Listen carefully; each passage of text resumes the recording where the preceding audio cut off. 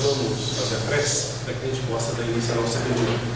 Nós vamos procurar serenar o coração muito mais, elevando o pensamento a Deus nosso Pai, a Jesus nosso Mestre, procurando sentir a presença e o envolvimento da espiritualidade amiga que vem nos auxiliando no campo de luta, de trabalho que a vida tem proporcionado aos nossos corações. Deus nosso Pai, Senhor da vida, Jesus nosso Mestre. Mais uma vez nos posicionamos, procurando, Senhor, ampliar a nossa capacidade de compreensão, de entendimento das leis superiores, em que o amor se expressa com muita intensidade, de modo a ajustarmos no plano prático da vida as nossas ações, atitudes, pensamentos, palavras, aos princípios que o Evangelho nos apresenta, de modo a alcançarmos verdadeiramente perezoso e pela boa vontade a paz em nossos corações. Que os benfeitores da vida maior, que têm nos auxiliado no campo de trabalho, possam se fazer presentes, nos envolvendo nas vibrações do teu amor e permitindo, Senhor, que a assimilação, cada um de nós, se dê no campo de luta e de aprendizado que ora apresentamos, de modo que, no plano prático da existência, as expressões do amor e da fraternidade possa ser a busca constante da nossa vida, da nossa existência. Nós lembramos aqui dos familiares, rogamos a Ti amparo e proteção para o coração de cada um deles, que eles encontrem também em Ti, Senhor, o caminho reto de paz, amor, de felicidade. Rogamos em favor da humanidade, de modo que os homens possam encontrar a paz e a harmonia em seus corações, onde quer que Deus se encontrar, sobretudo nas regiões, nos ambientes entre as lutas, as guerras, tem se expressado de uma forma mais intensa. Agradecemos a Ti pela oportunidade e permita que possamos chegar ao término da nossa reunião no clima de muita paz e de muita harmonia. E em Teu nome, nós damos início à reunião da noite. E assim seja. Muito bem, gente, nós vamos dar sequência ao nosso estudo. Na primeira fase, nós estamos trabalhando aqui questões do Livro dos Espíritos. Iniciamos, de algumas semanas, o capítulo 1 da segunda parte. Esse capítulo, as questões vão abordando para nós a respeito dos Espíritos e vão, pouco a pouco, abrindo a nossa capacidade de compreensão, de entendimento a respeito, na verdade, o título desse capítulo, da segunda parte, é o mundo espírita ou mundo dos espíritos. Então, Allan Kardec, a partir dessas questões que são apresentadas, é como que ele abre as portas para que a gente possa entender com mais amplitude, com maior profundidade, aquilo que diz respeito a nós, que somos espíritos ou encarnados, quando de volta ao plano espiritual. E aquilo que se dá, que ocorre com aqueles que lá se encontram, se movimentando amplamente e muitos deles aguardando o retorno à experiência no plano físico. Então ele começa a mostrar para nós alguns pontos importantes. Foi trabalhado nas últimas semanas aquelas questões que dizem respeito à escala espírita, mostrando para a gente toda uma caminhada evolutiva pela qual estamos passando rumo à perfeição. Então ele pôde classificar, de uma forma didática, nos auxiliando a perceber com clareza, com objetividade, que cada ser, cada criatura se encontra em uma determinada faixa evolutiva, em função das aquisições que nós desenvolvemos pelas múltiplas experiências que passamos. E a partir daí, isso abre a nossa capacidade, até mesmo de compreensão, de entendimento, no sentido do respeito ao próximo, do respeito ao semelhante. Dentro daquela visão mais egoística, centralizada em nós próprios, nós gostaríamos que todos fossem de alguma forma semelhantes a gente. Nós procuramos muitas vezes no outro um comportamento, uma atitude que seja idêntica a nossa. E quando a pessoa começa a ter comportamentos e atitudes diferenciadas, não quer dizer que sejam atitudes más, ruins, mas não estão de pleno acordo com aquilo que nós apresentamos em nós próprios, começam a surgir atritos, surgir dificuldades. A gente percebe isso no relacionamento entre os casais, por exemplo, passado aquele período que Emmanuel fala do doce encantamento, começamos a perceber a pessoa e a pessoa começa a nos perceber como na realidade nós somos. E percebemos ali, vamos registrando algumas dificuldades naturais, faz parte do processo evolutivo. No relacionamento entre os irmãos também. Às vezes já na infância começa a surgir ali alguns atritos, surgir ali algumas dificuldades. Na adolescência a coisa pode ficar mais intensa, e às vezes adultos, dificuldades tornam-se maiores ainda, dependendo do caso.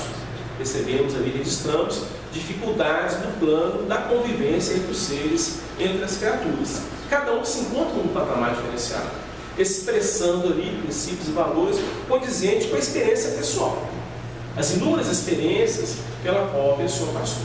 E nós vamos entendendo, com o auxílio da espiritualidade, com a luz do Evangelho, a importância e a necessidade de ampliarmos a nossa capacidade de compreensão e de entendimento no processo de convivência entre os seres, entre as criaturas. E quando Allan Kardec ele alinha para nós as diferentes ordens e vai fazer classificações do patamar evolutivo que os espíritos se encontram, nos ajuda a entender isso. Porque muitas vezes, como a gente falou anteriormente, não é uma postura maldosa, não é que a pessoa está totalmente pelo caminho estranho, errado. São interesses diferenciados. E a gente precisa entender o outro campo em que ela se encontra. Às vezes, por exemplo, os pais conversaram entre si e chegaram a uma conclusão, no entendimento deles, que uma formação para o filho, em termos acadêmicos, de escola, seria uma determinada área, medicina, por exemplo, engenharia, né? Ou direito. Chegaram a essa capacidade de compreensão e entendimento. E de alguma forma vão tentar conduzir esse filho para que forme nessa área de conhecimento que é do agrado e do interesse dos pais. É natural. Temos todo o direito de estabelecer um planejamento nesse sentido. Mas não podemos esquecer o seguinte: é um espírito, como diz, que está no caminhada evolutiva. Tem seus interesses, tem seus valores. E pode acontecer que o interesse dele, o campo de sintonia que ele traz das experiências pretéritas, não tem nada a ver com aquilo que nós gostaríamos que fosse. Precisamos entender isso. E até mesmo valorizá-lo e incentivá-lo naquele campo de trabalho, de atividade, em que ele vai dar de si, naquele exercício, naquela tarefa, naquela função que ele vai cumprir junto à sociedade. Que não é aquilo que nós gostaríamos que fosse, mas é o que ele quer, é o que ele realmente almeja e está dentro até mesmo do plano reencarnatório que ele traz, que ele apresenta. Né? Então, o exemplo que a gente traz, no sentido de nós estabelecermos o quê? Um plano de compreensão do entendimento. É uma coisa mais harmônica, esse exemplo que nós estamos apresentando. Nós vamos percebendo que surgem planos, situações mais complexas desse plano de convivência. Então, como a gente está falando, a própria espiritualidade nos mostra, esse entendimento, essa compreensão, nos ajuda a um trabalho mais amplo, mais abrangente. Né? Porque, às vezes, o sentido, a busca, as diretrizes são diferenciadas. Mas até mesmo no campo religioso, né? Nós estamos buscando um caminho religioso na doutrina espírita. Esse irmão nosso, ou outro familiar, com o qual temos uma certa identidade, temos uma relativa proximidade, quer seguir, por exemplo, uma formação espiritual no campo do budismo. Tranquilo, não é fácil. A pessoa tem uma escolha, tem mais a ver com ele, pelas experiências do passado. Agora, vamos travar uma briga, uma discussão acirrada em função disso? Não, de forma alguma. Vamos tentar compreender um pouco mais do que ele está encontrando nessa doutrina religiosa, filosófica, né, de uma forma mais harmônica, de forma que ele também possa encontrar pontos interessantes na que nós estamos abraçando, que nos identificamos com ela.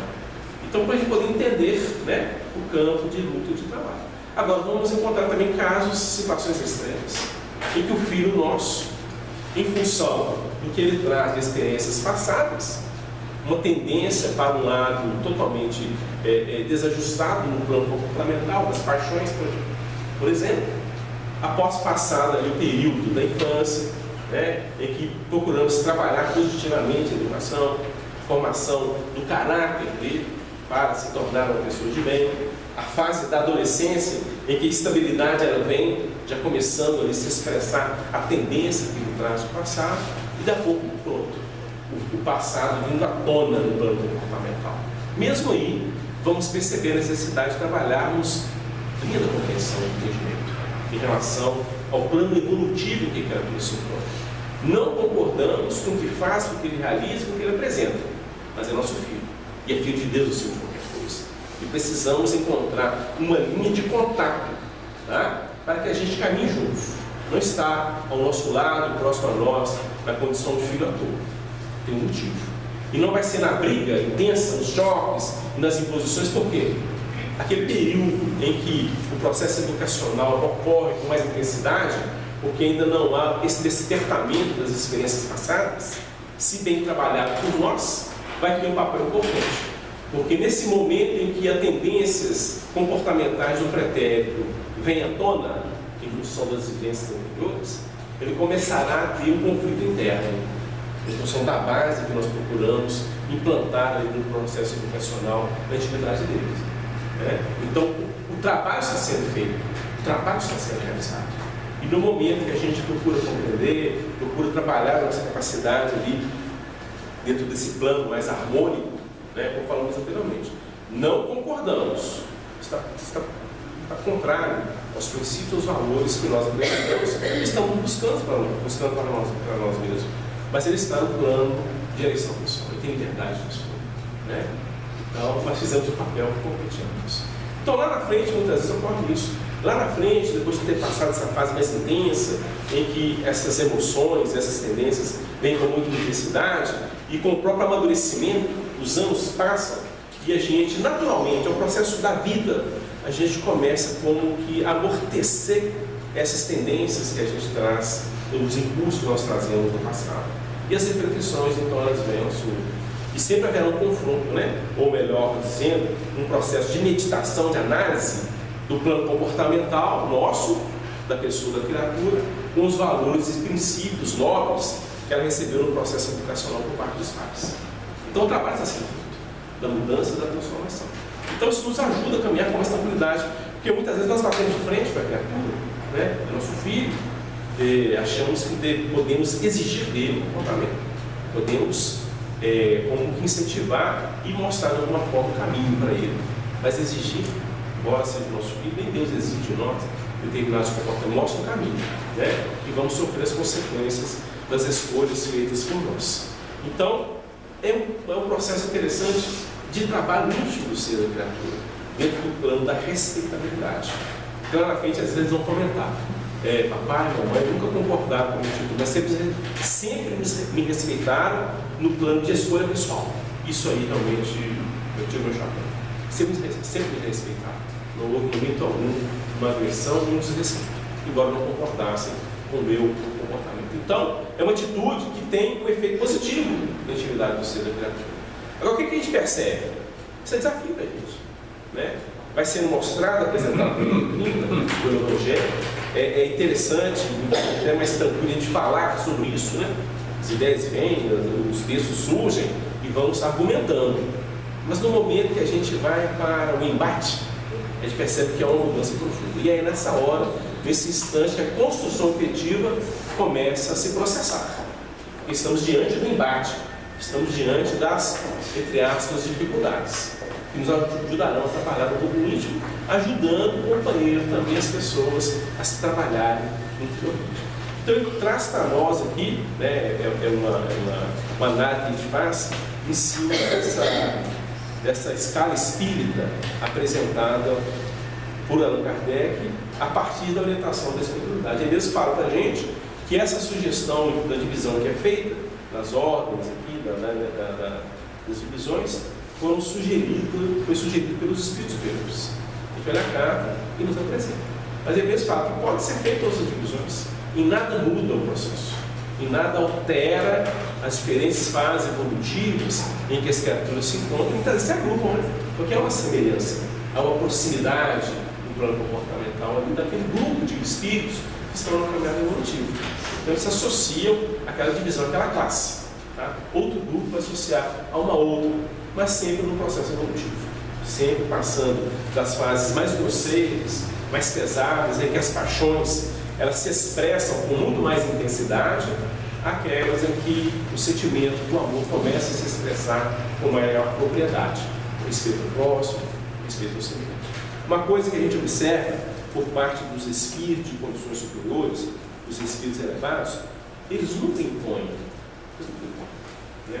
Espíritos de condições superiores, como a nossa, por exemplo, às vezes tentam impor a pessoa alguma coisa, alguma atitude, algum comportamento, vai depender dela. Os superiores não. Eles sugerem, mostram a pessoa, elucidam, dão ali as diretrizes e respeitam o ser da criatura no plano de eleição pessoal. Porque uma coisa que vai acontecendo conosco é até uma resposta apresentada a uma das questões, quando Allan Kardec pergunta aos benfeitores a respeito do desenvolvimento moral e o desenvolvimento da inteligência. Então, os espíritos falam que para a maioria de nós na trajetória evolutiva, a questão da inteligência, ela se sobrepõe e ela se amplia, ela avança mais rapidamente do que as questões morais. Mas a inteligência que se amplia permite à criatura compreender com uma propriedade aquilo que é bom daquilo que não é. E a partir do momento que ela vai fazendo aí essa diferenciação, os valores morais começam a ser como que trabalhar a sensibilidade dela. Essa atitude não é boa, as consequências são danosas. E as próprias leis humanas vão mostrando isso para nós. Né? Então a inteligência avançada, ampliada, auxilia a criatura a compreender pontos importantes, que automaticamente a conduz à reflexão moral. Pode acontecer no primeiro momento, nos momentos iniciais, que ela não acate objetivamente aquilo que a inteligência e a razão mostra como sendo melhor. Mas automaticamente, pelas experiências e pelo retorno da semeadura, que a semeadura é livre, foi obrigatório, os registros se efetivam, tornam-se concretos na nossa atividade. Aí pronto, né? Já é uma experiência vivida, já é uma experiência realmente implantada positivamente no nosso coração. Passa a ter ali um efeito maior do que apenas aquele ponto, aqueles valores que eram apresentados teoricamente. Tá? Por isso que a lei de causa e efeito, ação-reação, é de fundamental importância na nossa trajetória de aprendizado evolucional. Por quê? Porque tem um retorno da semeadura. Né? Meu filho não faz isso não porque é complicado, é difícil, tem experiência, já passei por situações semelhantes. Ah, papai e mamãe não sabem de nada, vou fazer do meu jeito mesmo. Daqui a pouco, bem mesmo. Né? Ou seja, a experiência implantou um registro efetivo na intimidade daquela criatura, implantou um registro efetivo na nossa intimidade.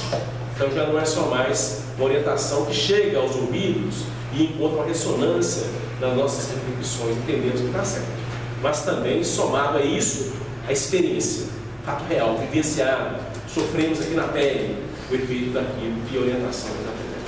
Então já não há mais, depois dessa experiência, como falar que não sabíamos, que está registrado em nós pela inteligência e pela experiência. Né? Então são pontos importantes. E foi iniciado na semana passada, na última semana da reunião, um outro subitem no capítulo que fala a respeito da progressão dos espíritos. Vai falar de uma forma mais detalhada, de uma forma mais objetiva, porque de uma certa forma isso foi falado anteriormente, dentro de uma linha de raciocínio da questão da escala espírita. Agora ele vai entrar em questões mais detalhadas, nos ajudando a entender essa caminhada evolutiva na qual nos encontramos. A gente analisando a própria questão histórica, né? A própria história nossa aqui na Terra, e tem o período da pré-história, em que vamos observar ali aquelas criaturas ainda muito simples, muito ruins, aquela pedra lascada, pedra comida, estão pegando em fases mais avançadas. Vamos lidar com ela de uma forma ainda que vise o processo moral mais abrangente. Mas é caminho, temos que entender isso também. Não podemos negar ou maldizer os recursos que vão se abrindo na nossa trajetória evolutiva. Temos que procurar ver, observar, entender e dentro da capacidade de compreensão do entendimento que estamos procurando ampliar, utilizar da melhor forma possível. Compete a nós. Não devemos, entendemos que não podemos cobrar das pessoas. Mas é uma coisa que diz respeito a nós, na questão pessoal, na marcha evolutiva, no aprendizado que vai se dando. Então é algo extraordinário. Né? O familiar às vezes viaja, está fazendo um curso no outro país, né? no outro continente, e conversamos com a pessoa ali de uma forma em tempo real. A pessoa nos vê e observamos a pessoa utilizando a tecnologia. Traz conforto para o coração dos pais, muitas vezes, né? Que está distante dos filhos. Traz conforto para o coração do filho, que está diante ali, está distante daquele amparo, daquela proteção que a família traz, apresenta, exerce sobre nós. Mas o campo de luta agora é outro, né? Outra ordem de aprendizado, mas o vínculo permanece. Então isso como que nos anima e nos vitaliza e facilita todo o processo. Então são pontos importantes a serem analisados, observados por nós. E nessa caminhada, o que está acontecendo? Né? A gente falou de alguma forma no comentário anterior. Os valores morais, gente, eles estão como que sendo delineados. Eles estão sendo como que percebidos com maior clareza, com maior objetividade. Nesses processos de transição que nós estamos vivenciando, o que fica mais evidente? O que salienta-se no plano comportamental dos homens nossos? Que estamos no contexto.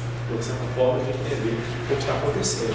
A gente percebe que está ficando mais em evidência o desrespeito ao próximo, a desconsideração ao semelhante, embora muitos núcleos trabalhem isso positivamente, mas os meios de comunicação evidenciam isso.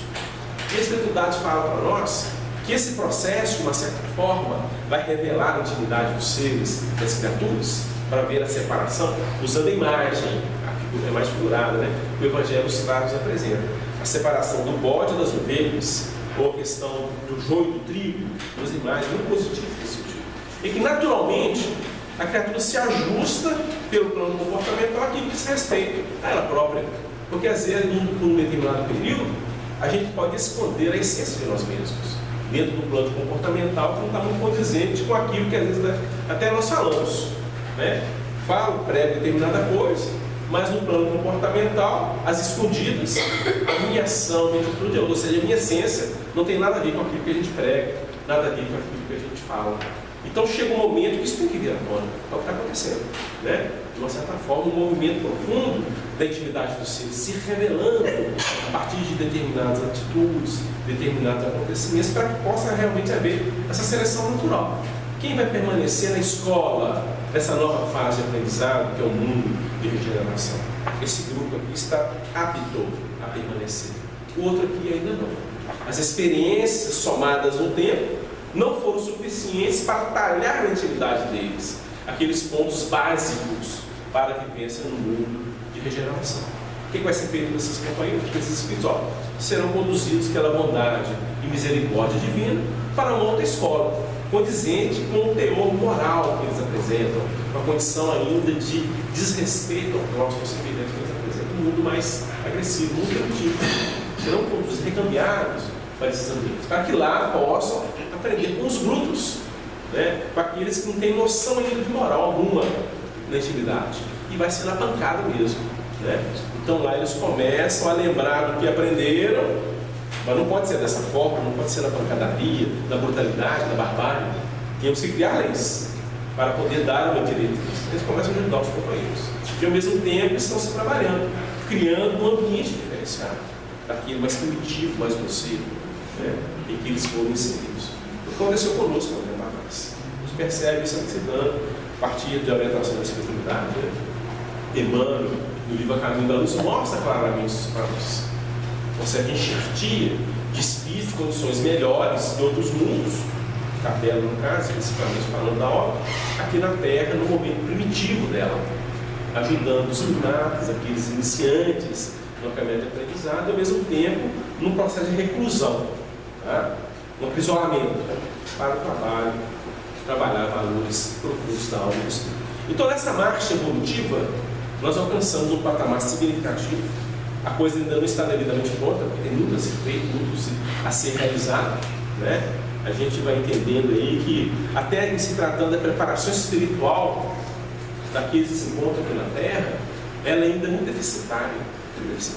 Muitos de nós chegamos ao plano espiritual com uma debilidade enorme, em função de uma falta de orientação, falta de diretrizes mais precisas, mais claras, mais objetivas, e mesmo aqueles que abraçam a doutrina espírita, como nós estamos fazendo, porque não é a orientação em termos intelectuais por si só que ajudam, sem dúvida alguma, mas é o esclarecimento intelectual, temos a razão, temos a inteligência, nos conduzindo ao plano comportamental, que retrate o conhecimento de Cristo, né? Eu conhecia e sabia recitar todos os versículos do Evangelho de Mateus, por exemplo. Só perguntar que eu falava assim, sem pensar, coisa vinha naturalmente. Conhecia o livro dos Espíritos, tudo bem, conhecimento está se expressando. Mas o que você fez disso? O que foi feito com as orientações do Evangelho que você memorizou e recitava e apresentava com facilidade, né? Então a questão é essa, é atitude, comportamento, as ações nossas que nos conduzem e nos mantêm num ambiente adequado àquilo que a gente apresenta. A gente, para poder dar um exemplo, finalizar partindo das questões, a gente lembra de André Luiz, né? Ele é um exemplo clássico para nós disso. Onde ele se encontrou após a desencarnação? No mundo de si mesmo, se mesmado, né? Assim, voltou no trabalho de condição. Mas a situação íntima dele o conduziu para um ambiente no plano espiritual, que ele classificou para nós, né, nos ajudando até a entender aí algumas situações, alguns pormenores do plano espiritual, e ele denominou como segundo grau, né, para o portal, né, de um ponto para o mundo físico para o mundo espiritual mais equilibrado. E permaneceu 8 anos nessa região. Mas na realidade o que? É reflexo dele próprio. O que ele trazia na intimidade, no plano vibracional, o manteve naquele diapasão, né, daquela estrutura vibracional que ele permaneceu por 8 anos, exonerando de si mesmo. E depois é conduzido e começa um trabalho muito bonito nesse sentido. Então, nós foi iniciado o capítulo que fala a respeito da progressão dos espíritos, e hoje nós vamos ver a questão do grupo 115, que é uma questão muito significativa, que ela dá uma ideia dessa movimentação evolutiva que nós suportamos. E é uma movimentação evolutiva que, durante um certo tempo, né, ela ocorre até mesmo num processo de condução. Somos conduzidos, como se dá com a criança. Mas chega um momento, e a questão vai mostrar para nós, em que nós como que saímos dessa condição de sermos conduzidos para nos conduzirmos. Tá? Isso é importante na marcha evolutiva. Já não estamos mais sendo direcionados, amparados ali, de uma forma muito intensa pelos benfeitores, que nos ajudam na trajetória evolutiva. Mas começamos a participar de forma consciente desse processo. Como crianças, os pais nos conduzem. Na adolescência, há como que um processo ali de transição. Passada essa fase, já na relativa maturidade, vamos caminhar com os nossos próprios pés. Às vezes, meu pai, minha mãe, me ajuda aqui, porque eu estou com dificuldade. Eles orientam. Agora vai, segue o seu caminho. Né? Mostrando que é o que tem que ser feito. O que aconteceu com eles? Quando desvincularam-se daquela convivência mais próxima da família, dos pais, para constituir a família própria. Né? Então, houve um movimento dessa forma. Os laços afetivos não se perdem, ou pelo contrário, às vezes tornam-se até mais intensos. Começamos a refletir o comportamento dos nossos pais no processo educacional que eles tiveram conosco. E vamos perceber, de uma coisa bonita que a gente vai registrando, que é assim de qualquer coisa, porque eles nos educaram com a formação que eles tiveram dos nossos avós, da melhor forma possível. Mas a gente começa a lembrar de algumas situações, de alguns acontecimentos, não no plano racional, mas no plano afetivo. E vamos sentindo o momento. Eles me falaram, às vezes, dessa forma. Hoje eu entendo que não era a forma ideal, não era o melhor direcionamento, mas era a formação que eles tiveram, que era o melhor de si, para poder tentar nos colocar num bom caminho e conseguir de alguma forma. Né? Então começamos a rememorar algumas coisas, alguns acontecimentos, no plano da afetividade, e envolvemos a pessoa, a criatura, que às vezes já retornou para o espiritual. Então o que sobra, ou melhor, não que sobra, no resumo das experiências, vai ficando o quê? Pontos positivos, porque isso é que tem valor efetivo, isso é que registra na nossa intimidade de uma forma mais objetiva a conquista real do plano da convivência. Né?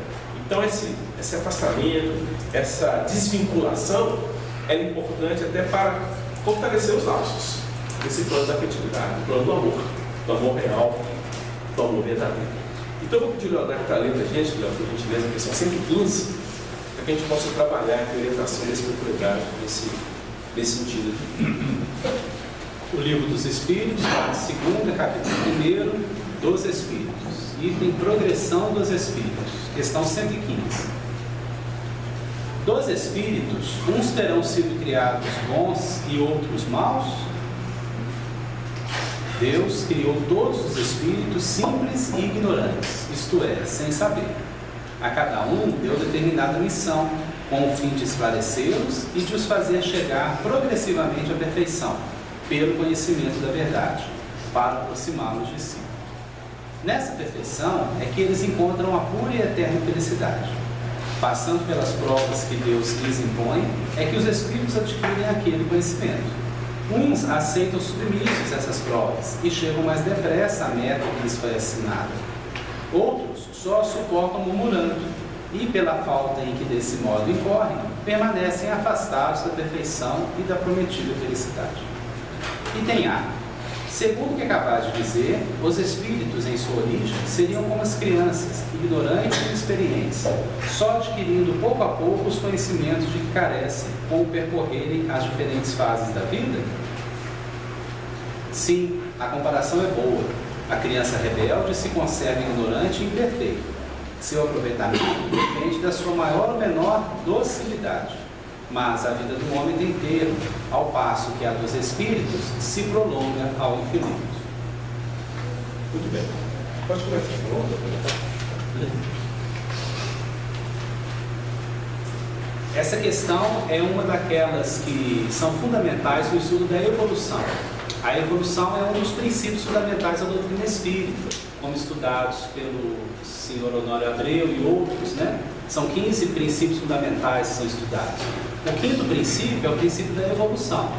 Então, quando se fala que os espíritos foram criados simples e ignorantes, ou seja, sem conhecimento, e que eles se desenvolvem, como foi falado na questão 114, se desenvolvem por si mesmos, são eles próprios que adquirem essa evolução se melhorando, passando de uma ordem inferior para outra ordem. Então, essa questão fundamenta essa ideia, traz o fundamento desse conceito que é possível evoluir, e não só é possível, é um determinismo divino, é uma necessidade e é algo do que não se pode escapar.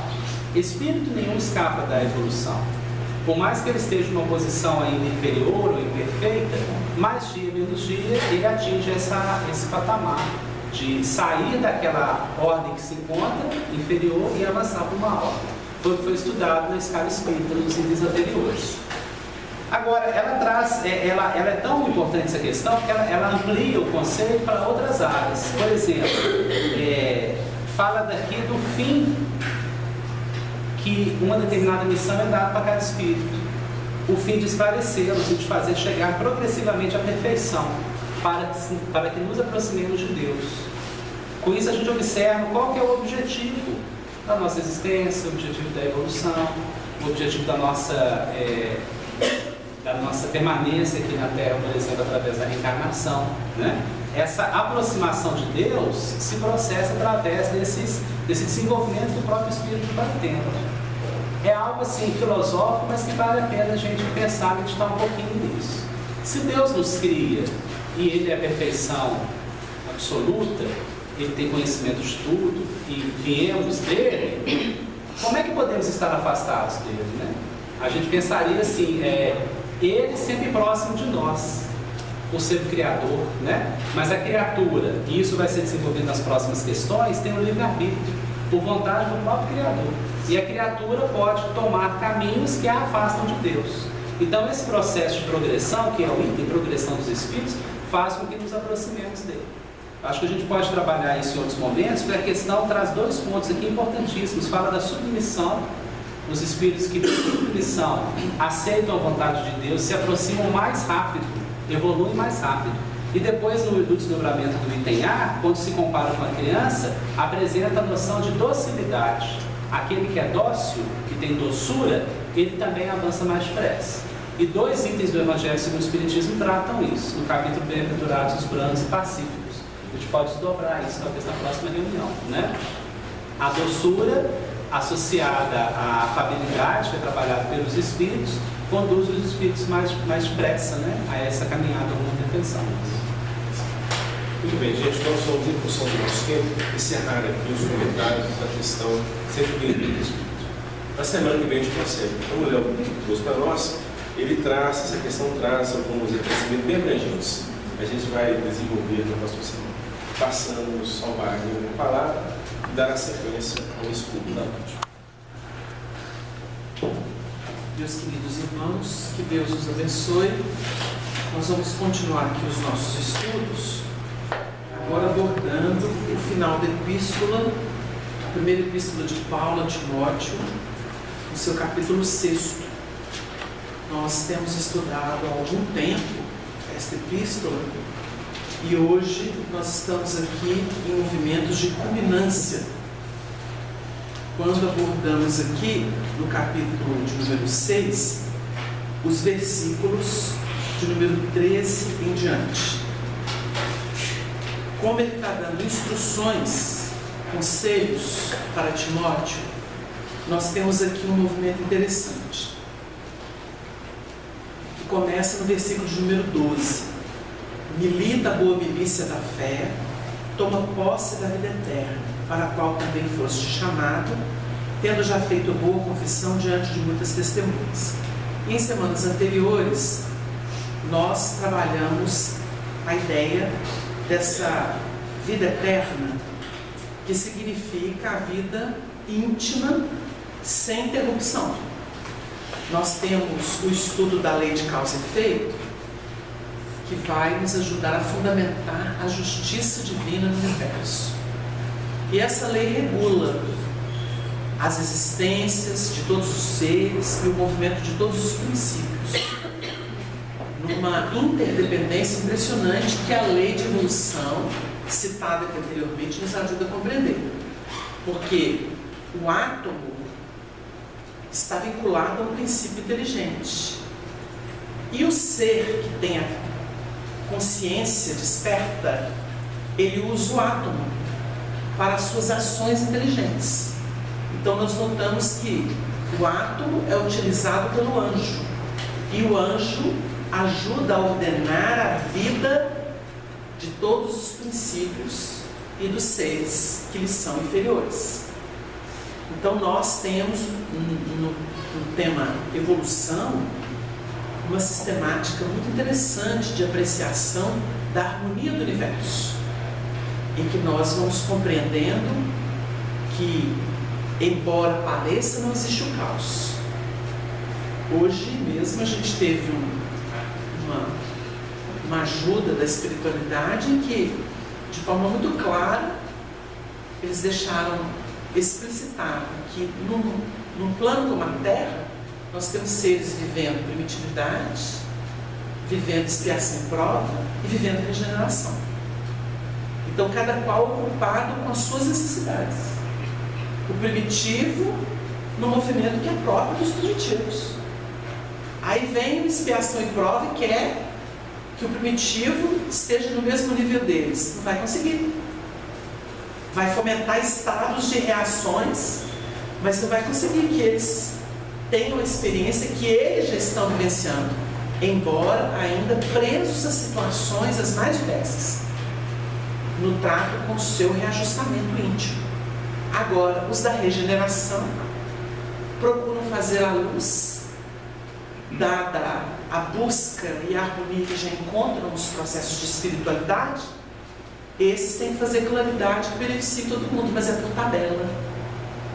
Porque o que ele faz por dentro do coração e que vale para ele, não tem o mesmo efeito no outro, que está preso ainda a ajustes, a necessidades. Mas a claridade que ele faz já inspira, sugere. E o elemento que está em expiação e prova, por exemplo, ele pode dizer assim: eu estou vivendo uma vida que só Deus sabe, eu estou querendo aquilo ali. Já começa a namorar. Como namoro não é casamento, embora todos achem que sim, não há uma formalização, ele namora, não é casamento ainda. O casamento implica viver o mesmo regime. Então o namoro, ele vai lá, se encanta, fica feliz, depois volta para a vida e tem saudade daquilo. Esse é o processo de superação, né? Então o assunto vai longe. Então a vida eterna é uma vida que não é mais fragmentária, ou seja, é o indivíduo que conquistou, despertou consciência, já se enamorou da luz, se compromete com ela, casou. E depois que ele decide, isso é decisão do espírito, não é da personalidade, é do espírito. Muitas vezes, analisando os vultos do cristianismo lá na retaguarda, o elemento depara-se com uma Maria de Magdala. Fala assim: como é que essa mulher conseguiu? Porque ela sai de um contexto que não é fácil. Dinheiro, poder, sedução, beleza. Como é que sai disso? Nós estamos vendo espíritos reencarnar não sei quantas existências para se depurar desses vínculos, dessa necessidade de beleza física, de sedução, de poder temporal, de dinheiro, de posse de bens. E se escraviza para muitos e muitos e muitos membros.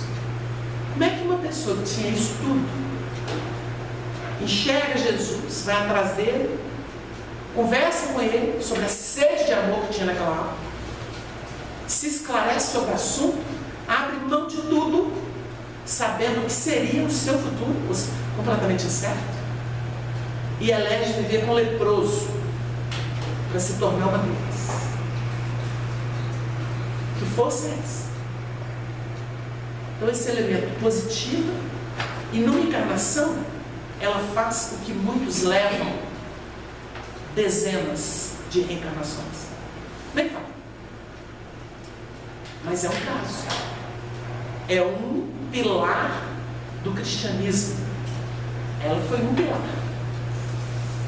de sustentação do cristianismo, aquele puro que nasceu com Jesus, não das igrejas, aquele que nasceu lá com o mestre. Então ela sacode muita gente, até hoje. Mas ela conseguiu. Aí vem o Emmanuel e fala assim: nem Paulo se violentou tanto, porque ele já era fiel à lei. Ela não. Completamente desmiolada, se for considerar vínculo com o que é da vontade divina. Vivia de todos os vícios, mas o amor do Cristo tocou o coração dela e ela se superou de uma forma impressionante. Então ela conquistou a vida eterna, mas ela estava no meio de leproso, ficou leprosa. Como é que pode ter vida eterna? Estava edificando o reino. Ela entendeu que a edificação do reino não é na fartura e na facilidade, que, como dizia Chico Xavier, nunca tive notícia de que facilidade edifica alguma coisa para alguém. Aí muita gente que gosta de folga fala assim: epa, isso não é comigo ainda não. E sai francesa. Porque todo mundo quer loteria, todo mundo quer não ter problema, família perfeita, né? Relacionamentos perfeitos, de preferência aquele que atende ao próprio ego, irrestritamente. Não quer se ver, porque se ver é um ônus muito pesado. Então é para poucos. Então, para te falar de vida eterna, que milita a boa milícia da fé, é interessante porque para muita gente fé é o óbvio, né? Viver iludido é bom, né? Vai lá, louva, vai lá, canta, vai lá, fala com o Espírito. É bom viver nessas ilusões? Mas milita a boa fé. Porque a fé, ela tem fundamentos, como Paulo definiu. Ela prova no íntimo da criatura, no plano da sua sensibilidade mais essencial, que aquilo é verdade. Isso é fé. Toma posse da vida eterna, porque é só possível assim. Então o indivíduo está passando uma vida, mas ele tem fé. Aí chega alguém e fala assim: o que é isso que está acontecendo com você? Parece até que você brigou com Deus. Ele falou assim: não, nunca tive tão bem com Deus. Mas vem cá, sua vida está uma porcaria. Ou não, agora eu vivo na verdade. Antes é que eu vivia longe. Antes é que eu estava de você. Agora, mas peraí, você está sofrendo. A dor me acordou. Tem muita gente com isso. A dor me acordou. Antes, qualquer ventinha levava. Menos aquilo que era consistente. É diferente. Para falar de cristianismo tem que falar. E continua: para a qual também foste chamado, tendo já feito boa confissão diante de muitas testemunhas. O que é confissão diante de muitas testemunhas? É quando você pode escolher e você vai pelo caminho mais difícil. Qual mais difícil? O de se conter. Eu posso xingar todo mundo, porque eu tenho boca e tenho voz. E tenho ira. Eu não posso sair cuspindo fogo em cima de todo mundo. Só que eu conheci alguma coisa diferente. Eu estou me movendo por essa força divina. E eu viro e falo assim: posso aqui acabar com todo mundo, mas a única coisa que eu vou falar é assim: está tudo bem, vão em paz. E vai embora. Aí todo mundo fica assim: uai, o que o camarada virou? Vocês entenderam? Não vão entender tão cedo. Então é fanático religioso agora? Não. Está dando testemunho de superação. Dar testemunho de fé é isso. É se superar todo dia. Eu posso fazer diferente? Posso. Então, ao invés de amaldiçoar, eu vou abençoar. Acabou. Aí ele desvincula de um processo do qual era escravo. A promoção. Um dia, doeu até as entranhas, no primeiro dia. Só eu sei, meu Deus, que esforço eu fiz. Porque não se iluda, não tem nada de graça. O Emmanuel falou para o Chico assim: tudo tem preço. Tudo tem um preço. E muita gente fica assim: por que será que ele falou que tudo tem preço? Ora, tudo tem um preço. O preço espiritual e o preço das coisas materiais. Por mais que a criatura vá ali e fale assim: ah, para que eu vou trabalhar? Eu posso roubar. Aí rouba. Qual que é o preço? Ele vive vulnerável. Quem criou o delito é escravo do delito. Onde ele estiver, tem alguém mirando ele. Porque a energia dele é deficitária. Ele é o primeiro candidato a qualquer tipo de ataque naquela órbita. Tem jeito. Vai fugir de quem? Vai se esconder de quem? Dele mesmo? Não consegue. Então, toda criatura que pensa em facilidade é extremamente infeliz. Não existe isso. Existe edificação, existe trabalho. No universo, o trabalho é da lei. A gente estuda isso na terceira parte do livro do Espírito, lei do trabalho. Não tem jeito. Então ninguém foge da edificação de si mesmo. Continuando, tendo já feito boa confissão diante de muitas testemunhas, e o versículo 13, que tem o material para a nossa análise. Mando-te diante de Deus, que todas as coisas vivifica, e de Cristo Jesus, que diante de Pôncio Pilatos deu testemunho da boa confissão. Bom, segundo Paulo, todas as coisas são vivificadas por Deus. Aí a gente vai na doutrina espírita e nós vamos estudar Deus, o Criador incriado. Ele tem todas as virtudes em grau supremo. Ele é o supremo Senhor da vida. Se a gente analisa Deus, ele é eterno. Eterno significa não teve princípio e não tem fim.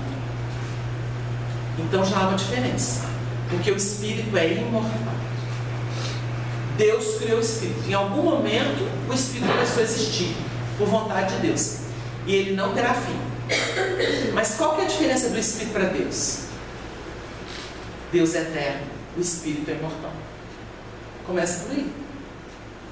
O Espírito teve início um dia. Deus não. Como é que concebe eternidade no mundo como a Terra? É informação filosófica. Aqui nós não temos senso para poder lidar com isso. Como, por exemplo, os Espíritos falam em infinito. O que significa para nós? Vai para o cálculo matemático. Aí vai lá, 0, aí põe 1000 zeros e coloca 1 lá no final. É uma equação, mas fala de infinito? Não. Não fala. Pode trazer essa equação para falar de pureza de um elemento. E mesmo assim não fala. Então a gente vive de relatividade. E a gente parte da relatividade para poder trabalhar as verdades divinas. Onde está a verdade suprema? Só em Deus. Mas nós não sabemos disso. Nós sabemos de verdade relativa ao nível evolutivo em que estamos. E aí a gente pode analisar as expressões de verdade que já recebemos no mundo. Podemos ir lá na antiguidade e ver os grandes vultos da antiguidade. Podemos lançar a mão de um Krishna, de um Buda, de Lao Tse, de Pitágoras. Podemos citar vários nomes. Trabalharam facetas da verdade. E aí um dia surgiu Jesus. Dizem os Espíritos que nem um Espírito tão puro quanto Jesus pisou a terra até hoje. Isso significa o quê? Que a sua moral é a mais elevada, a mais pura que a terra conheceu até hoje. Isso não é dogma. Isso é um ponto discutível. Porque o exemplo de Jesus, o que ele viveu, testemunhou, aí vem aqui. Pôncio Pilatos era a representação da matéria, dos homens naquela época, do império que o homem construiu. Pôncio Pilatos estava em Roma. O representante dele era, ou melhor, Tibério estava em Roma. Pôncio Pilatos estava na Judéia. Ele era o representante de César ali. A máxima representação de César. Ele representava os interesses políticos, econômicos, que geriam o social. Até os judeus se submetiam a ele. Até os judeus. Por mais que ele se implicasse, tivesse ódio disso, estavam submetidos, tinham que pagar imposto. Era um povo dominado. A sua cultura, tudo estava dominado por Roma. Então ele representava tudo. Aí ele fala aqui: Cristo Jesus, que diante de Pôncio Pilatos deu testemunho de boa confissão. Jesus se abalançou diante de Pilatos. Que é a verdade? Silêncio. Que verdade que ele queria ouvir? Tinha condição? Isso causa muito problema. Teve um parapsicólogo aqui em Belo Horizonte que conviveu com Chico Xavier e ele fez essa pergunta para Emmanuel, que a fala de Pilatos perguntando o que é a verdade teria uma resposta de Jesus decodificada, mas tudo isso Emmanuel não deu muita bola para você. A gente viu lá que tudo isso não passa de especulação humana. Como é especulação humana, a vinculação de Maria de Magdala com Jesus. Quem precisa dizer que Jesus teve sexo com Maria de Magdala, ou que ele, vou falar as teses, né? Foi gay, que ele vivia cercado de homens? Quem pensa isso é porque está numa fase tão embrionária de percepção do espírito e não consegue entender o que é sublimação de potências. Não conseguiram compreender um Chico Xavier, que foi contemporâneo, que sublimou tudo, entregou corpo para que Jesus pudesse fazer uma obra do cristianismo resolvido. E aí fenômeno de todo jeito aconteceu. Materializações, perfumes, psicografias, testemunhos. Porque o povo olhava aquilo e não entendia o que era aquilo. Mas Chico era uma mínima fração do que foi Jesus. 60 anos de trabalho de Chico no bem representaram, segundo ele, formação dos espíritos, 6 minutos de trabalho de Jesus. Então, para a gente ter uma ideia pálida, como que o espírito puro é suscetível a algum apelo de matéria? Se ele está completamente resolvido, pleno. Tem gente que não entende isso, porque analisa segundo o parecer humano, bem restrito. E olha, a gente nem está falando de percepção espiritual, porque quando o indivíduo reencarna, ele tem uma redução astronômica de sua capacidade de espírito. Ele tem 5 janelinhas, não 5 sentidos. Só por aí que ele pode atuar. 5 janelinhas, que são 5 sentidos humanos. Por essas janelinhas que ele interage, e elas são tão limitadas. Por isso que quando o espírito tem mediunidade, que se assenta nesses 5 sentidos, no canal, o espírito sai do corpo com lucidez, ele é usado por outros espíritos ou pode atuar sob a coordenação de espíritos. Dá notícia de muita coisa, como os fenômenos de toda a história, não só da era espírita, mas de toda a história noticia. É algo impressionante. O que se pode fazer nesse sentido mostra o poder do espírito. Então, o homem relativo pequena tudo. É um nanico que coloca tudo nanico. Ou defeituoso, porque depende. Se é vicioso, é pior ainda. O vicioso vê o vício em todo mundo. Então, ele está sempre jogando a sua mancha sobre os outros, sobre os seus semelhantes. Então, a deturpação, são míopes, né? Então, deformam tudo. Então, a gente avança aqui. Tendo já feito boa confissão, desculpa, Deus que a tudo vivifica. Então, nós vamos lá, nós vamos estudar sobre Deus, Espírito e matéria. Falando de Deus eterno, de Espírito, que é a criação de Deus, e da matéria, que é o fluido cósmico, emana de Deus. O que emana de Deus chama-se fluido universal, ou fluido cósmico, na definição espírita. Ele dá origem a todo tipo de matéria que existe na Terra, até mesmo os fluidos que nós conhecemos. Fluido vital, que anima células, que está no duplo etéreo, é derivação do fluido cósmico.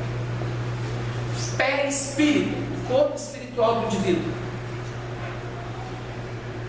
O camarada pode, em circunstâncias especiais, ser dotado de mediunidade, sair do corpo e se apresentar em outro lugar, é a chamada bicorporeidade. Ele deixa o corpo num lugar e apresenta-se num outro totalmente diferente, pode ser na cidade. Isso aconteceu com alguns elementos, né, da nossa história.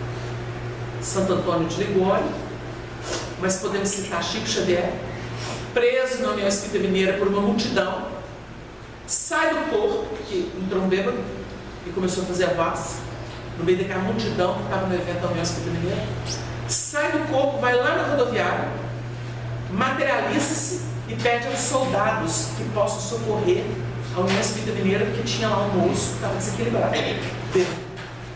Quando os soldados chegaram, o Chico não tinha arredado o pé da União, todo mundo de testemunha ali na mesa, e uma multidão que saía até pela porta de entrada da União Espírita Mineira. Aí na hora que os soldados entraram, conseguiram cercar o homem que estava lá embriagado, criando tumulto, e que veio a presidenta da União Espírita Mineira, que é a dona Neném Aluoto, e ela perguntou, mas como foi que vocês souberam que tinha aqui uma pessoa? Ah, foi o seu Chico Xavier. Ele foi lá na rodoviária e falou pra gente que estava acontecendo isso aqui. Ele não arredou o pé. Isso consta em livro, registro. Mas a gente teve Eurípides Massanufa, né? Deixava os alunos em sala, ficava no estado de sono, de torpor, avisava os alunos, que já estavam acostumados com isso, saía do corpo, materializava-se naqueles interiores próximos ao Sacramento, lá no Triângulo Mineiro, e fazia parto nas mulheres que estavam tendo filho, que corria risco de morte, socorria enfermos, materializava-se, fazia parto, deixava o neném com a mulher, agora você está bem, embora, voltava e retomava as aulas com os alunos. Bicorporeidade, era visto por outras pessoas. Ô, senhor Eurípides, que bom que o senhor chegou, ela está aqui, o parto não acontece, a parteira não dá conta. Várias coisas. Então são fenômenos que mostram o poder do Espírito, para a gente ter uma ideia. Então a gente está lidando aqui, por que Deus vivifica tudo? Porque onde existe Deus, floresce o poder. Por isso que aborto é crime. Por isso que homicídio é crime, suicídio é crime. A vida é de Deus, dele. O dom da vida foi ele que deu. Nós reproduzimos. O homem acordou na terra com tudo pronto. O homem não fez o que existe na terra. E o homem não consegue fazer nem em laboratório. Ele co-cria. Ele parte do que existe e associa com outros elementos e vai criando, desenvolvendo. Então, nós vamos ver co-criação. Mas criação é só de Deus. Deus é que cria. Então, a vida é de Deus. É muito bonito esse termo de que vivifica tudo. Às vezes você vê uma família, uma pessoa com problema, você fala assim, está faltando Deus. Estou sem vida. Estou com problema, está faltando Deus. Mas eu rezo, não passou do céu na boca. Né? Temos que fazer essa prece, alcançar os céus, alcançar o plano vibratório da criação. Aí você vai ter um intercâmbio mental. Aí rompeu barreira, tirou a nuvem que bloqueava o campo mental. O indivíduo então começa a conectar com o infinito e ele recebe. Nós estamos aqui na Terra, mas nós não estamos cerceados. Nós não estamos seccionados, como certas filosofias pretendem. Porque tem filosofia espiritualista que diz que a Terra é um mundo de exceção. Sabe o que é isso? Eles explicam que reencarnar é castigo. É só para espírito muito rebelde. Esse espiritualismo está por aí. Tem muito espírito que acredita nessa bobajada. Mas os estudos de evolução demonstram que é do átomo ao anjo. E é por efeito de vinculação com a matéria que a desvinculação se processa.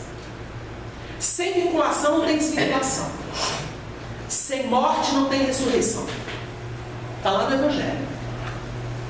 O indivíduo acondiciona-se, satura-se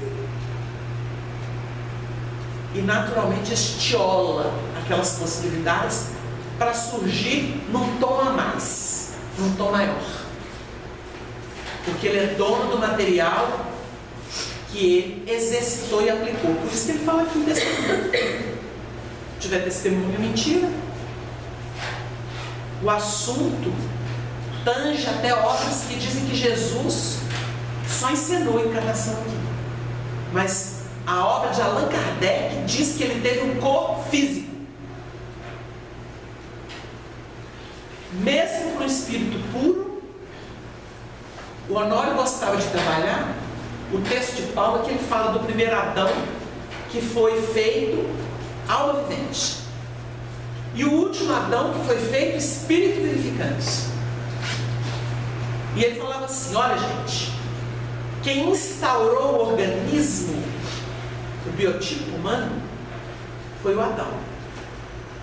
Que é uma conjugação do autóctone, que é o aborígene existente aqui, que recebeu enxertia de elementos que vieram de mundos mais aprimorados. Então, o perispírito deles teve que se submeter a esse tipo de reprodução que era bem acanhada perto do que eles adquiriram, mas eles fazem a mutação do processo, desenvolvem biologicamente o organismo, porque eles tinham um perispírito mais avançado. Então, naturalmente, eles vão fazendo a transição até que define o primeiro homem. É o biotipo humano, que perdura até hoje. Então, a Honório gostava de trabalhar e falava assim: olha, o primeiro Adão foi feito alma vivente. E o último Adão é Jesus. O primeiro é o Adão. O segundo é Jesus. Jesus, quando vem como corpo, ele experimenta e fala assim: 100% foi usado. Está pronto. Vocês podem fazer todas as operações para alcançar o que eu já alcancei, que o corpo dá conta. Aí você vai nessas pesquisas aí sobre cérebro, a utilização de determinadas áreas do cérebro ainda é diminuta. A própria espiritualidade da notícia. Nós temos chamados os lóbulos frontais, que são quase desconhecidos na medicina. E isso é proclamado aí. Não é isso? São áreas que são desconhecidas. Há pouco tempo, nós vimos isso até por palestra de Divaldo Franco, mas depois lemos material. Ele citou alguns pesquisadores que descobriram o chamado ponto de luz do cérebro. Com exame de emissão de pósitrons, eles descobriram que, citando o nome de Deus, não importa o idioma, ou dos grandes avatares, que são os iluminados da história, uma área do cérebro, ela se iluminava. Isso foi captado pelos exames que são feitos. E aí descobriu-se o ponto espiritual, né? Ou a inteligência espiritual do elefante. Então isso foi proclamado para os 4 cantos. Então nós estamos descobrindo, mas nós não sabemos. Nós não sabemos, nós estamos engatinhando. Então a espiritualidade, quando Jesus, a gente analisa o assunto, a espiritualidade chancela, Jesus vem e usa 100%. 100%. Dominava plenamente a matéria e usa a instrumentalidade. Porque a gente tem que entender que teve genealogia. Teve genealogia. Há informações espirituais de que José é de uma linhagem que eclodiu da evolução aqui no planeta. Mas Maria veio de Sírios para ser a mãe do mestre. Juntou um elemento daqui com um de fora. O Honório gostava de trabalhar a evolução, mostrando que não tem outra forma. Evolução em 2 mundos. Você tem que fomentar aqui, porque senão não fixa.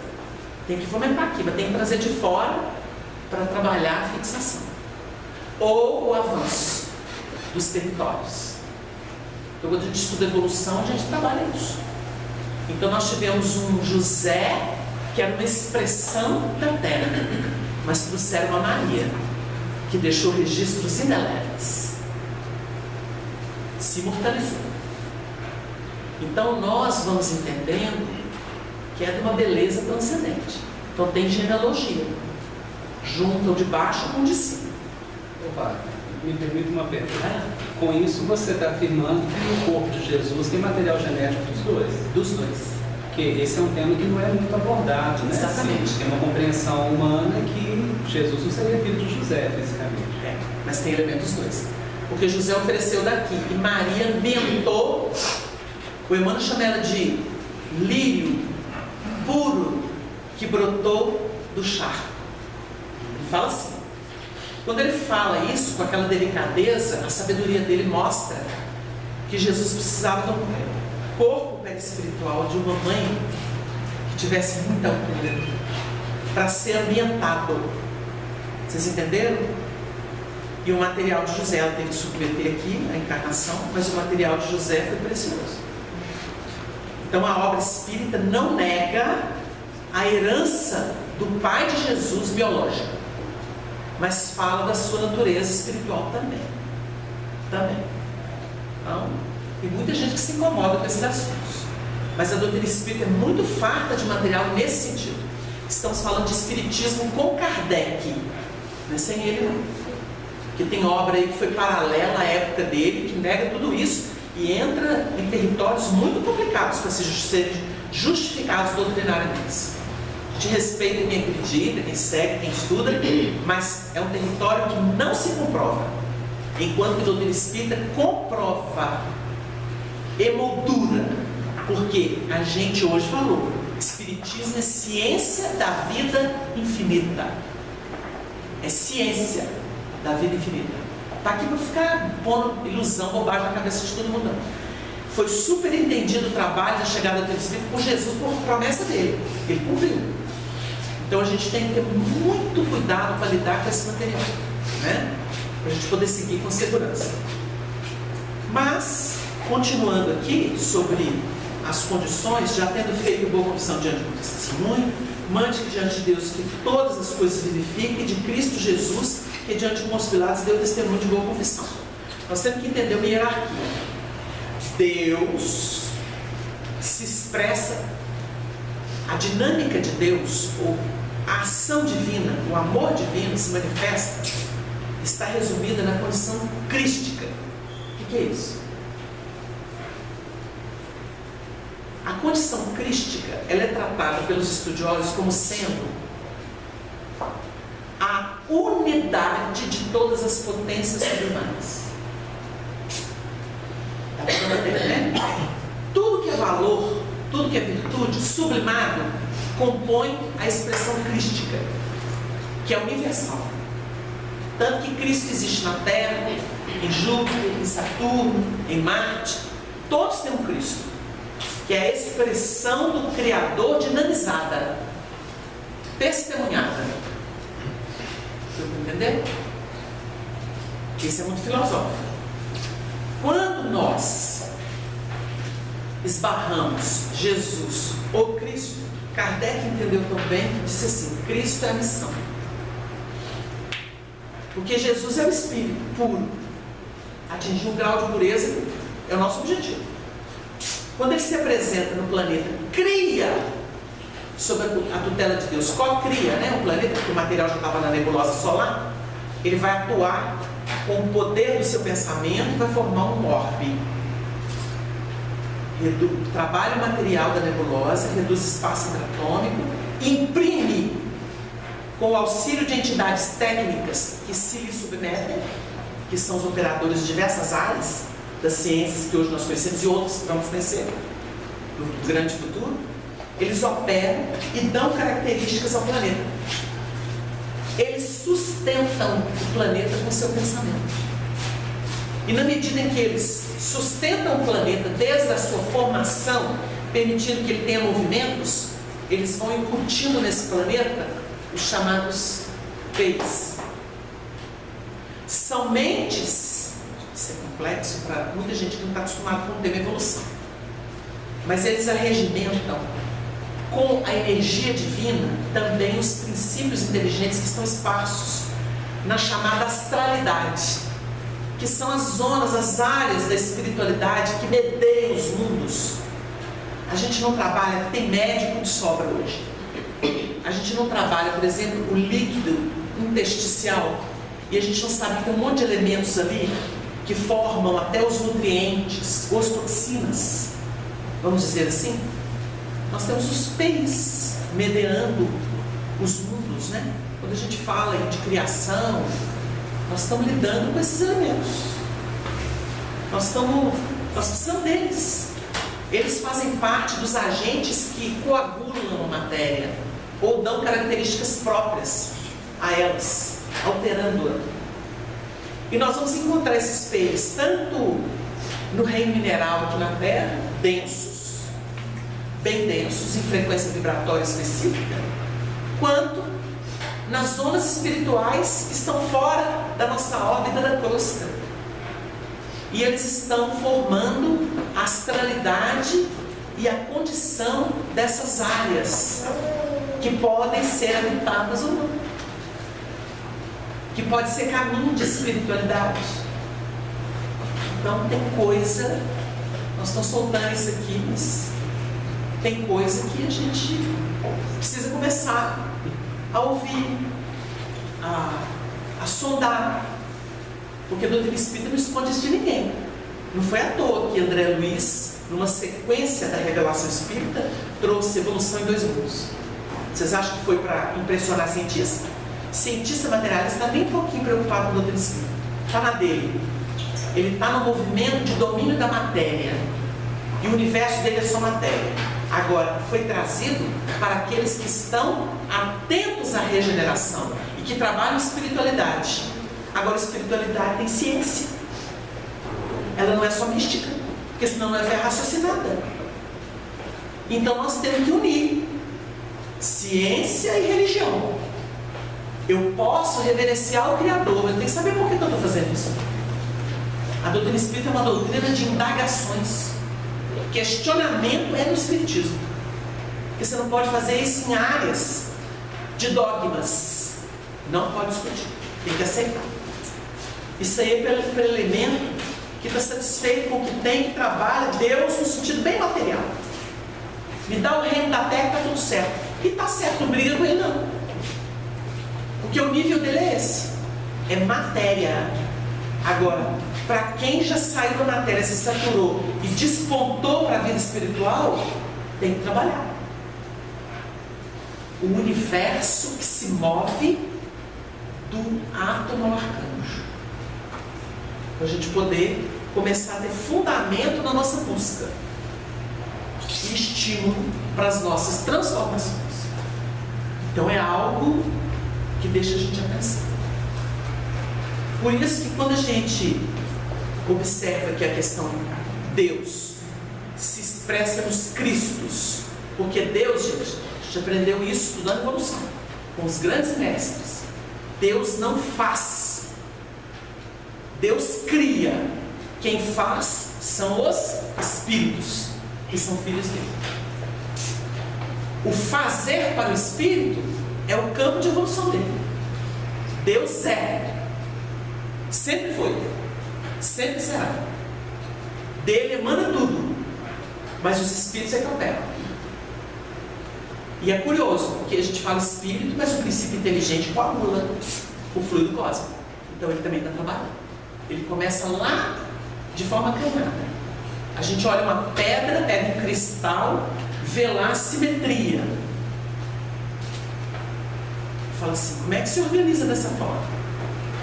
Já é a sensibilidade do princípio inteligente que foi acolhido no reino mineral e que vinculou os elementos que constituem a rocha, a pedra, e foi bombardeado de tal forma que começa a expressar isso, mostrando que já está em transição para entrar numa outra órbita que é o reino vegetal.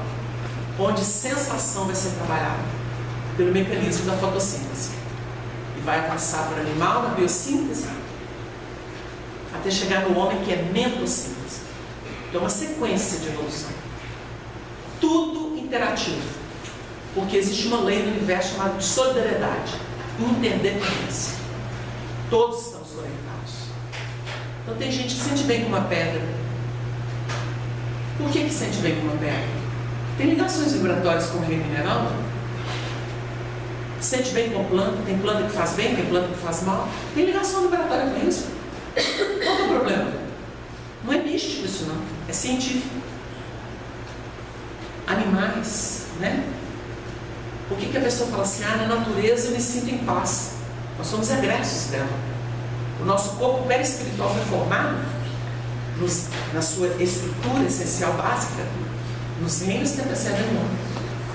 Os centros de força são automatizações herdadas desses reinos, considerados inferiores ao homem. Então a gente cita isso porque Deus vivifica todas as coisas. O amor dele. A gente vive no amor de Deus, que toma forma, viu? Porque a gente coagula o amor de Deus e vai chamar de matéria, expressão do amor de Deus. Aí o Paulo escreve de uma forma extraordinária: em Deus existimos e nos movemos. Que síntese. Aí chega o Emmanuel e fala assim: a alma dorme na pedra, sonha na planta, movimenta no animal e desperta no homem. Ele dá o ciclo completo da evolução.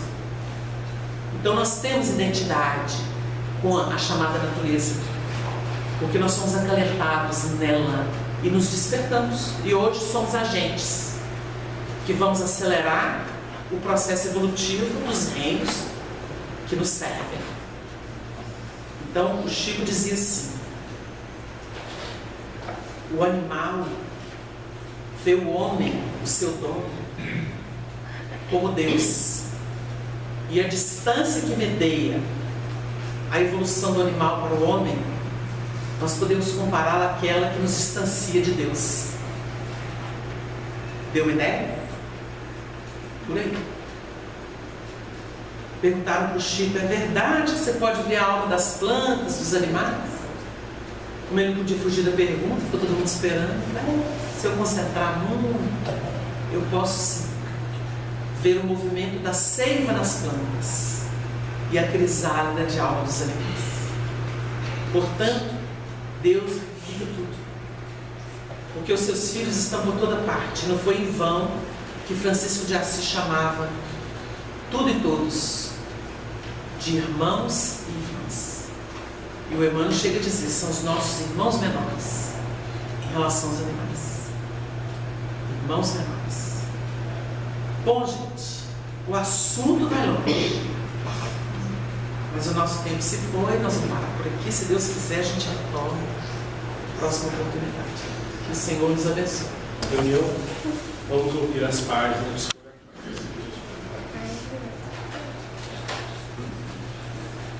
Desvinculações espirituais. Companheiros de jornada evolutiva na Terra. Deus nos harmonize para a vivência de suas leis eternas. Vincular-se é necessidade imperiosa no plano da vida que segue do elemento mais simples aos apogeus da angelitude, formando as incontáveis condições de aprendizado e depuração que podemos identificar no cosmos. É por efeito das vinculações que ilustramos nossa mente para o exercício da imortalidade gloriosa. Mas se o vínculo, seja com os elementos da matéria, seja com seres e suas expressões intelecto-morais, representa um passo significativo do progresso, a chamada desvinculação expressa o real poder do indivíduo, pois quando voluntária e consciente, atesta a autoridade de quem entrou, fixou e saiu, para avançar mais preparado moralmente pelas estradas do universo infinito. Há incontáveis meios de se operar as desvinculações, e a sabedoria da vida tem determinado as quebras vibratórias às vezes de modo traumático, para que reflexões graves e dolorosas tenham vez no íntimo dos seres em evolução. Perda de entes queridos, gestações frustradas, deserções afetivas, rejeições grosseiras, desentendimentos nas relações fomentadas por entidades inferiores, enfermidades inesperadas, queda financeira, subjugação intelectual e moral, mas também a ação da prece renovando possibilidades, incursão da mente em temas de vida mais alta, convivência de melhor nível, quando exemplos nobres despertam corações, e um sem número de recursos na terra e do além, que podem fomentar o despertamento da alma, por mais ela esteja subjugada e presa a temas e seres do mundo inferior. Chega para nós, os alunos desta grande escola chamada Terra, o instante da compreensão do mecanismo justo e ao mesmo tempo misericordioso da providência divina. E é nesse momento que sentimos a presença do amor de Deus, mesmo